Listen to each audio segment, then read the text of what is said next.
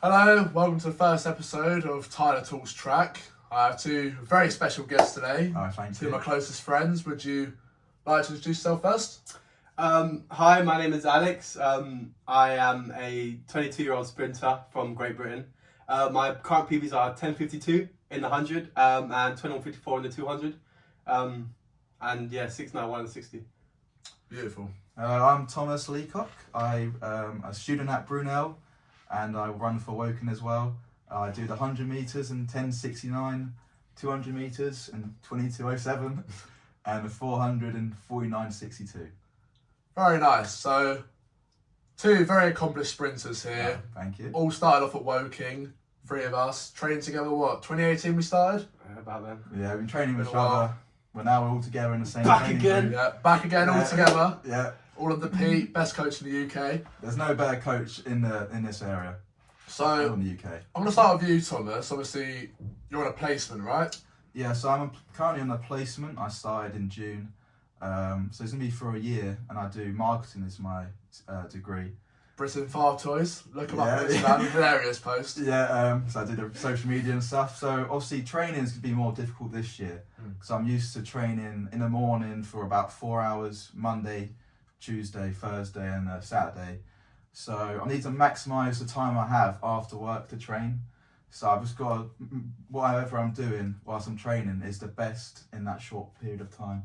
So also, yeah. How are you finding kind of working 9 to 5 and then Monday, Friday you drive to Brunel to train? How are you finding that kind of balance? It's obviously very tough, but it's good preparation for after university, where I'll potentially have to do a 9 to 5, after uni, and then have to train as well.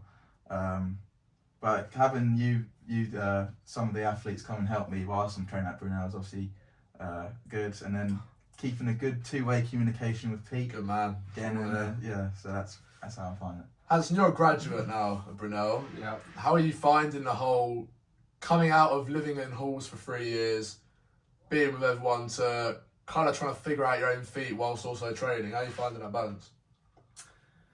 I'm enjoying it so far. Like, I have less responsibility in terms of education, but I've got more. So I've had to start working man now.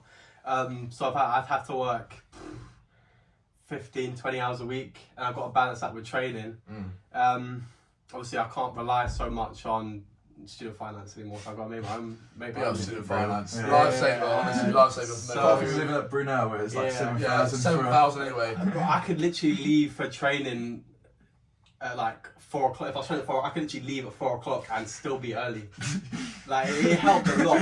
Maybe 5 minutes before you're at Yeah, training. yeah, but yeah. Obviously now you're having to commute up to Brunel. What's it, half an hour, 45? I mean, it depends how bad the M25 is. About 25 minutes. It's not too bad. I mean, Fix that motorway, man. N25. M25, awful motorway. Yeah. But going back onto you, Thomas, because obviously, if you don't know Thomas, last year he was running 11.0s around that. Yeah. SAL, man. Stinky, bro. Yeah, I had a glow up really in athletics, if you want to call it that way. I mean, I went from 11.0 to 10.69 windy. So we're here. We got a BFTA.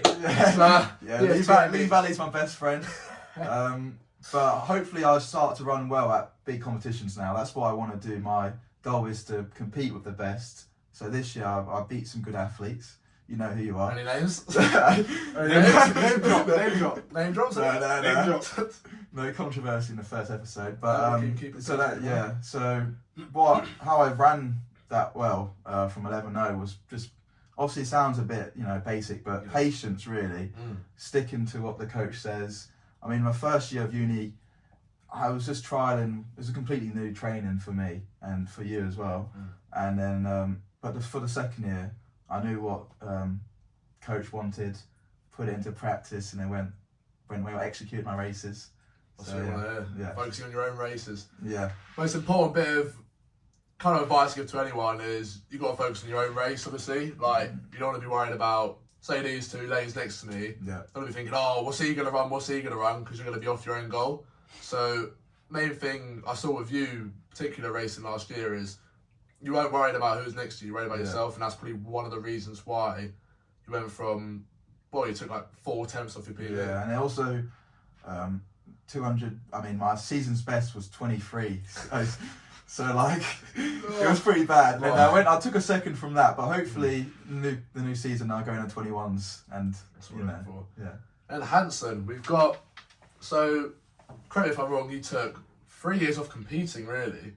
You went from 2019, 2018 competing a lot to 2020, 2021, 2022, you kind of came back into it, didn't you? What was it like coming back into competing after taking so long kind of off it?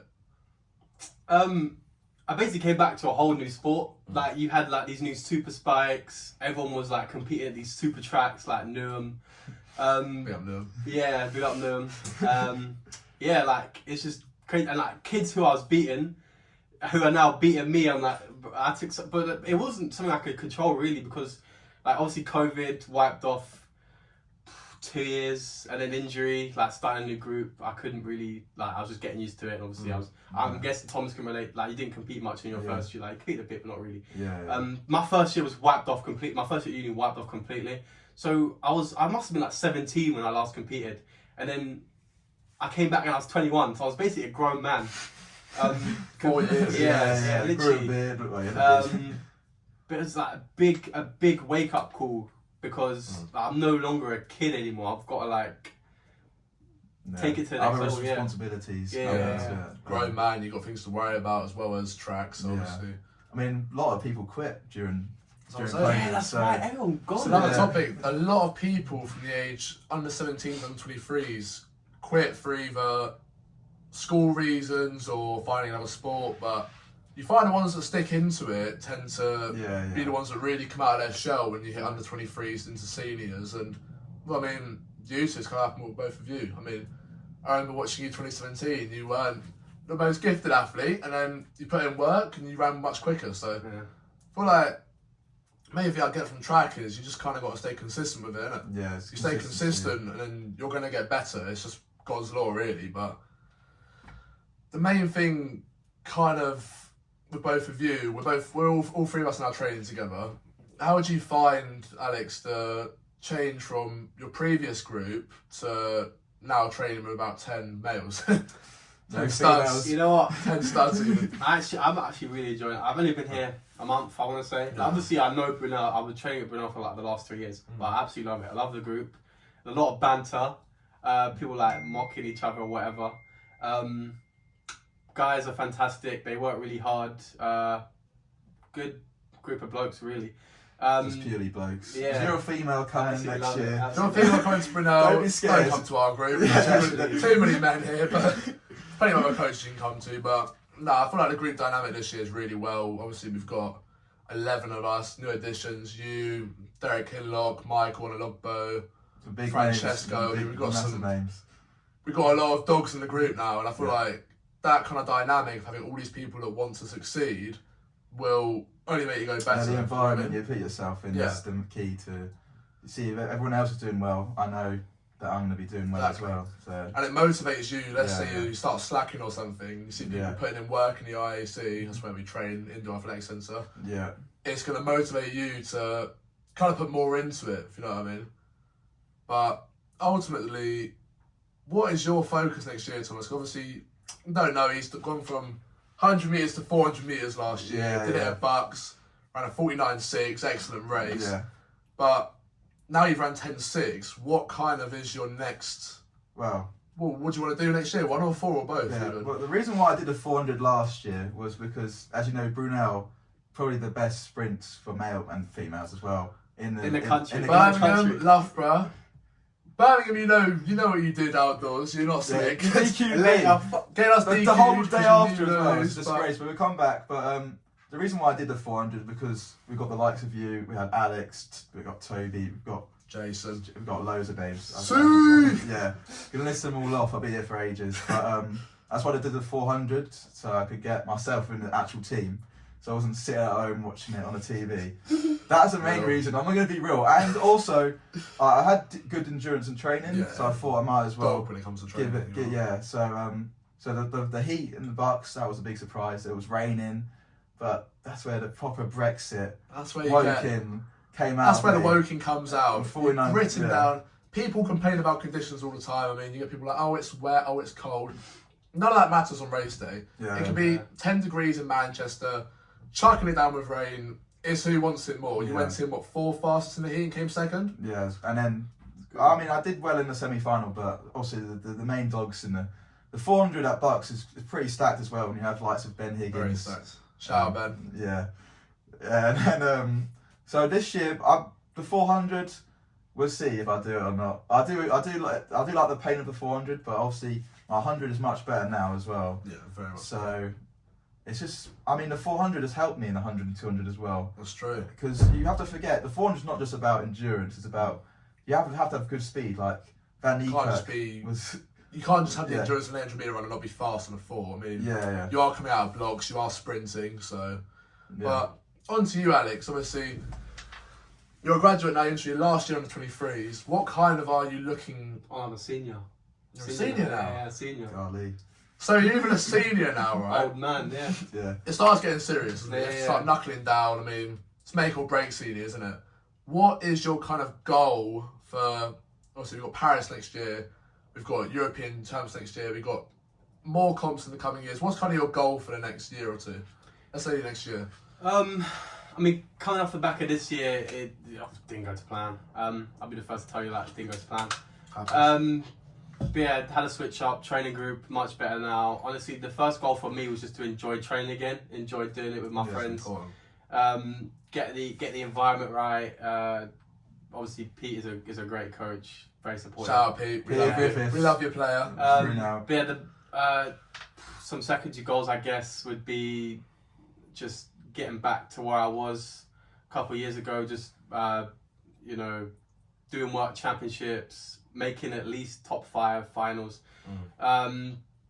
Times, I can say what times I want, but it won't really matter, I mean, if you were at Chelmsford last year for nationals, it was the worst competition of my life. Like, can relate to that. -5s everywhere. It was terrible. So just to make something of myself again and put my name back to where it was, and compare myself to the likes of my peers would be great. Start basically. I mean, back onto you, Alex. I mean, obviously, you don't know Alex. He's got a twin brother, James Hanson.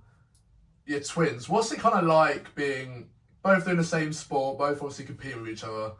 What's it like kind of having someone that's your own DNA, your own blood, doing the same sport as you? Is it motivating, or is it kind of like, oh, I want to beat him? It's deflating, but it's also not at the same time. Like, we're very close. Yeah. We pretty much are together though. Well, I mean, we were at separate unis, but but yeah, I can always, like, if I'm ever feeling deflated or if I'm ever feeling defeated, I can look at myself and be like, that's literally what I can do as well. I can replicate what he's been doing. But yeah, like, he's obviously done very well for himself. Like, I mean, the last 3 years haven't been much of a competition. But yeah, he's been killing it. But yeah, not much more I can say. Just he's doing well for himself, man. I'm making Europeans. Came out though, but yeah, still making the. It must be motivating knowing. Hella motivating. That you knowing could that's pretty much do literally the same as him, basically. Yeah, I used to be quicker as well. There you go. Get the rivalry back going. That's what I'm saying. That's Get what good the crowd years misses training. that. That's what we Almost missed. had him indoors. Almost had him. 2019 English schools. I remember watching. Me and Hanson both ran for Surrey that time. Alex and James, twins, were in lane 4 and 5 or 3 and 4. 4 and 5. I had 5. Yeah. Lanes next to each other, and it was the closest race I've seen between the two. Yeah. It was. I'll put a picture up in the video now, so you can see the picture of them two. But it was. I mean, just to see that again would be excellent out of you both. But what? How do I put? What's kind of your advice to? Let's say there'll be some under 17s watching this, for instance. What's your advice to them that are saying like, I'm not where I want to be yet, but I want to get far? What's kind of your advice for them? My first advice would be, obviously Power 10 is a great resource to use, but do not be like looking at it every time. Don't live on Power 10. I'd be the first to admit, like, sometimes I'm up 3 a.m. looking at Power 10, stalking people, man. But like, not all the time, but for a younger athlete, I would say don't do that, and don't worry about what other people running. Like, under 17, I mean, do you have Teddy Wilson? We just had Teddy Wilson running. Yeah, 10-2. Big up Teddy. Yeah, I mean, so I wouldn't want to, obviously everyone's journey's different, so I would just be focused on yourself mainly and enjoy. Good point about Power 10. I mean, obviously, great tool for all British athletes, things like that, but it gets to that point where you can run a personal best. This is from my own experience. You run a personal best, go on para 10, you see people quicker than you. It deflates you, doesn't it? Yeah, it brings you back down to earth. But comparison's biggest thief of joy, definitely in track. Like you can run so well, you can improve a couple temps in a season. Go on para 10, you see someone's ran 4 temps quicker than you, and it's just like. It sucks, doesn't it? It's a bigger dog. Is it also if you can beat the athlete as well? Yeah. And then you the worst ones. Yeah, beat an athlete. and you know you've got their number, and then they run something ridiculous. Obviously, some foreign country. Yeah, no. Just like. Yeah, some tracks out in Europe. That's where I want to go. Yeah. Just seem ridiculous. Like, I know the one in Belgium, Switzerland as well. Like that's well, I mean, even Lee Valley just down in yeah. London produced some excellent results. You see people go there, drop a couple temps like that. That's what track's about, though. Like you've got to get yourself to the right competitions and then perform there, really. But I think the main bit of advice I've got for youngsters is don't compare yourself to other people. Like under 15, I was lucky. I was quite naive to track. I didn't even know Paraton existed until year after. Yeah. I know social media is a big thing now, Instagram, Snapchat, you see what everyone's doing all the time, but try not to let it get to your head too much. I think that's where it kind of goes wrong for a lot of athletes. They get in their own head and they're like, oh, I've got him next to me, I've got him next to me. Yeah. Try to just kind of focus on yourself, and that's when you'll go further. But what about you, Alex? What kind of advice you got for them? Something that I've kind of resonated with recently is don't focus on the uncontrollables. I know Pete bangs on about that. Like, don't focus on the conditions. Don't focus on who's the lane next. Don't focus on what lane. Like in your 200, you might get lane 2. Don't focus on the time. Focus on what you can control and focus on the executions. That'd be my biggest piece of advice to any youngster who wants to take athletics seriously. Is don't focus on what you can't really control. We're just going to get in your own head. Yeah. So what can you control? Like, what is controllables? I guess nutrition. So. Yeah, for controllables, I'd say you've got nutrition, you've got executing your own race. 100%. Biggest one for me. Sleep. I know so many athletes that sleep 3 hours, 4 hours. Some in our group, I'm not going to call you out, but you know exactly who you are. No later training either. No later training. Hour and a half later training. Punctuality, sleep, nutrition, and that will all lead to better execution of the day. But things like the wind, the weather, rain. The wind is the main one. I see people like before in the warm up seeing what the wind is like. Doing all that with like the grass. Do not worry about what the wind is because you're not going to change it, are you? Yeah. So literally warm up as usual. Get out there. You feel a bit of a wind. So what? We're going to do pull out. Do you know what I mean? So that's kind of the main thing I'd give is just focus on yourself, execute your own race, and don't worry about conditions really. But obviously. It sucks when you go to things like open meetings because that's another point. Open meets, you don't go there to run. You go there to run a fast time. That's where mentally you can fuck you up. That's why for me, Newham. So that's where whatever. Newham, I don't never run well at Newham because I always wasn't that great this year, man. I always just think about just the time. I'm there to write, but when I'm running at SALs. This is where I come back SAL Slayer. For young athletes, I would say compete for your club as much as you can, and just compete just for the fun of competing and winning, really. And obviously, in the open meet, you can come last in the race, run like a PB, and you'll be happy. You're chuffed, yeah. But realistically, athletics is about winning. Enjoying your running and winning. That's what it's about. Olympics, they don't care if you come second and ran 9.5. If you haven't come first, you're not going to be remembered. Yeah. I mean, you ask most people who came second 2012 Olympics, they won't batter an eye. But you know they remember Usain Bolt. Even Marcel Jacobs, he's won indoors since, but he's already done much, has he, since Olympics? But both fell off. He will always be remembered for winning that one comp. So, my biggest bit of advice is do your YDLs, do your SALs, do the club competition. Your Wessex Leagues, your Rosenheims down at Kingston. Get them all done. And the open meets, kind of do them, obviously, but focus on kind of building your club and also builds a sense of community in your club. I think that's very important in track because track's obviously a solo sport. So having a sense of community there will help you in the long run, just with training. Athletics more than just us. We just do sprinting. There's so many other events. You got field events. So being in a club where you see, that's why I like Bucks as well because she's supporting like events you would normally like. Your triples, your poles. I have no idea what's happening, but I'll support it and cheer. Exactly. That's what I'm saying. So that's why I love the club sense and the university. Yeah. If you weren't doing, let's say, sprinting, what event could you see yourself doing? That's a tricky one. I like hurdles. Like, I'm quite short. There's You're 6 foot. There's a height. You're 6 foot There's one. a minimum height requirement for hurdles. 6'1" ladies, by the way. Yeah, 6'1" in Air Forces. Hurdles.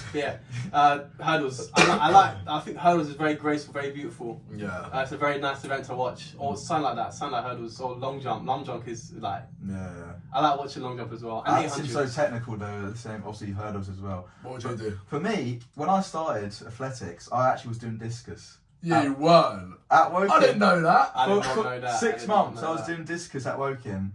So I'm pretty sure I'll be on my power 10, maybe. Probably be somewhere. Yeah, Scroll so, down far enough. It's probably discus because I was actually quite good at discus. I got the technique still, I reckon. So there's Give it a one. go. Check it out. I would throw a mean shot put. I'm just saying. I'm like 90 kilos on. I'm quite big as it is for a sprinter. I reckon get the technique right. Yeah. Launch it. I would launch a mean shot put. Any shot putters out there, let me know if you think like that. But Nat Senior. Nat Senior. I've seen you throw a shot put player. Any tips you can give me, be very much appreciated. 1v1 the shot. put. One thing I do think track needs more of is, do you remember when Michael Johnson, we weren't alive, but Michael Johnson was Donovan Bailey. The 150. Racer 150. Yeah. He pulled We out need halfway. more of that. We need that. Showdowns. Obviously, the Fred Curley and Jacobs were supposed to be the big one, but they both Both stinked awful, up. stinky. Both bro. just bad seasons for them. Hopefully they bounce back, Yeah, but yeah. I mean, don't really care if you do or not. But I would love to see Niles versus Curly in the 150. For me, that's a money race right Niles now. were just 150 eating. Curly. Yeah, like I if think Curly they're has bigger changed names. coach, but Lars is Curly too. changed coach. That's Jacobs, isn't it?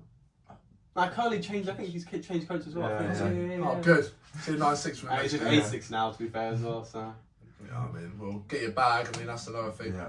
That's another line of conversation, actually. What do you guys kind of make of? I mean, yeah, for sports like football, where the average player is getting 50 grand a week. Well, the National League players probably awoken. Get more than some professional athletes. Yeah. I mean, you have some athletes in the UK having to work more than one job. Like they're professional and having to work a side job just to get by. Like, what do you kind of make of the pay rate of athletes? Because that's not really talked about much. People kind of brown nose it and don't really go into conversation for it. But I think it's important because as athletes, train your arse off. You can be top 5 in the UK and you can be on no money. It's like, if the money's not inputted into the sport though, if there's like football, there's so much money circulating around. yeah. But in It's athletics, demand, though, isn't it? it's like economics. But hopefully it can be marketed better to get more events like the 150. That would bring more. I mean, the London Diamond League Should be getting more. That got 80,000 people in stands. The UK does the best athletics meets because 100%. America, you see it at Eugene, it's about Half empty. two It's people like, and it's mum and dad watching. So it's just useless. We need more meets in London. Obviously, British athletics is pretty broke, so they need more ways of getting more money. Yeah. But more funding into the sport through either TV deals or anything. I need another thing to do with Diamond League. Something else. I don't know what else they could Switch it up. Maybe do like what was it? Fraser Price and Duplantis for going to race in 100. Things like that will bring money. Some of the silly stuff, like just get some silly races in there. Get some fun things. Like I don't know. Get all the 100-meter finalists to do a heptathlon or something for a laugh. Do you know what I mean? You need the Saudi Arabian. We need Saudi Arabian. If anyone, a prince is watching, invest your money into the sport like they did with the golf. There's so much money now in golf. Obviously football. Just bring a bit of money. Anyone watching, invest in track, please, because we need it. It's changed. There isn't much too money. many old people in this thing as well. There's too many old people who are so consistent with the current agenda. Like, we need to change. Forward thinking. We need to move forward with the future for track. I feel like we're still kind of in the prehistoric age of it. So We want to keep some of the old culture, of course, obviously, but a bit of money into the sport wouldn't go amiss at all. But I feel like just more fun is needed in track because obviously it's a very serious sport. Everyone takes it very seriously. I mean, you put hours a week into it. You eat well, you sleep well, do all the right things. Come to comp day and you're like, shit, I have to perform. In the best way possible. Do you know what I mean? So I feel like adding more fun aspects to it will kind of take away a bit too much of the seriousness and just make it fun. Remember when you were a kid? Why did you start track? You started because you enjoyed it and you thought you were fast, right? It's just sports day, winning sports day. Winning sports day, Mr. Marriage, shout out to you, player. Just think of all the women watching on sports day. You'd be like, the fastest. The fastest would get the most girls back then. I miss those days. Exactly. But you were fast back then, you had no problem in the ladies' department at all. I went to an all-boys school till I was about 13, so it didn't really work. Well, there you go. Depends what you're into, but I mean, hey. Whatever. I feel like with track, sometimes it gets lost in translation, still having fun with the sport, especially at our age, because we all, some way or aspect, you want to be, you put so much hours into it, you want to make something out of it, do you know what I mean? Yeah, I don't do this for fun. Yeah. It's so real. I don't do track because I just do it for a hobby. I don't do it for a hobby. Like, I want to be professional, I want to go Olympics, things like that. I'm sure you two boys can relate. You want to do big things in the sport. Like, I feel like it's quite hard sometimes. Well, for me personally, I struggle with enjoying the sport and taking away the serious aspects of, I want to do this next season, so I'm going to train like this. So, but that's the thing. When you run a PB, the next thing in mind is like, what's next? What's the next one? Yeah, like you can't. When I ran the first sub 11, I was obviously happy for the whole day probably. Made my day. But and then after that, I was like, I need what's next. Like think about the next race. But obviously that's like anything in life. Like you succeed in one thing, if you want to go out. I feel like also with, obviously, as you go through the age groups, you have age group championships, you have Europeans, you have World Under-20s, you have all these things with standards that you have to run. Obviously, I think that's great, like giving Under-20s, Under-17s chances to go to all these amazing competitions, practice racing against different countries and the world's best. But obviously it adds an element of you have to run a certain time or you're not going to go. So that's automatically more pressure. I feel like, how would you guys kind of go about, like, let's say there's next year under 20 Euros, I think, or under 20, I think it's under 20 Euros again. Wasn't it? Under 20 Worlds, that's it. Yeah. You have all the standards, 1040, 20.8, all of that. What's kind of your advice for athletes going into that season, trying not to stress too much about running the standards? You know, I think one of the biggest things is when you run a good time, just enjoy it. Enjoy it in the moment. Just enjoy what you've just done, and don't worry about what's next to come, because you've just done something massive. You've done something your body has never done before. Very true. But yeah, with times with like big competitions like Worlds and Euros and stuff like that, just make sure you're always like giving it 100% in training. Make sure you're consistent. Make sure your discipline is. I mean, maybe under 20 doesn't matter so much, but especially with under 23, make sure discipline is literally at the top. Make sure you're always disciplined. I know some guys who are not so disciplined, and discipline. So for me personally, my own experience, I mean, obviously 2021 there was under 20 Euros, 2022 there was under 20 Worlds.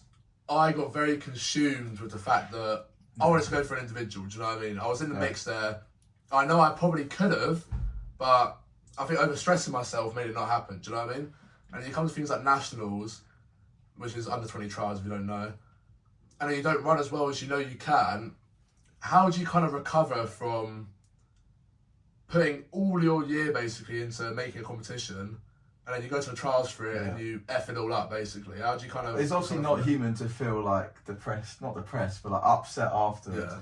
But you just got to transfer that energy into the training the few days after, and you just got to make sure you have a good support base with you. Can't just have yes man with you as well. Exactly. You've got to be very important. Yeah. So when you've run a good race, or run a PB, but you executed the race poorly, you need people to put you up on it as well. That's what Pete would do. That's what I love about my coach. Yeah, I could run. I mean, after I ran 10:33, I called Pete and I was ecstatic. I was like, "Oh, Pete, I ran 10:3. I'm so happy." And he was like, "All right, send me a video of your form." And I sent him a video and he was like, "Well, you could have done this better. You could have done that better." And you're like, bloody hell, I've just ran like 2 attempts quicker than I ran before. You're grilling me about this, but then you look at it from another set of eyes, you're like, right, that's encouraging, because I've just run a personal best and there's things wrong that I can improve to run even faster. So obviously achieving the standards is obviously, as we mentioned, is uncontrollable as well. Exactly. But I've never tried to achieve a standard for such a thing. Yeah. But I know you have, and you've mentioned that A couple of times, Not quite got there yet, but one day hopefully. But I think that basically kind of wraps it up. I think Yeah. Covered a lot of topics. I mean, let us know what you want the next episode. We're gonna have new people on, but any closing points you'd like to make to anyone, boys? Thank you for listening for the first episode. I've thoroughly enjoyed being asked to be the first guest. Man, and you, Hanson, what do you give? Give them a closing point to go with. Give them something to take home. Take home. I'm not quite sure, you know. Alright, I have one. Focus on yourself in track. Obviously, it's hard to because you've got all these people around you. You go to things like nationals, etc., and everyone's there to win. But I feel like me personally, I've run best when I've been not as worried and just focused on my own race. So I'd say for anyone watching, you get stressed before competition and stuff. It's perfectly normal, but try and focus on yourself, not the wind, not losing your race, and it'll be great. But thank you guys for listening. First episode. I mean, we'll have mics next time. I've messed up a bit with the recordings for it, but raw footage. this is raw footage. The Uni first room. Uni room. I mean, look around, yeah. Little dorm, but we'll have a good episode next one. But thank you boys for stepping on. I really appreciate it. Thanks for having us. See you in the next one, boys. Good luck.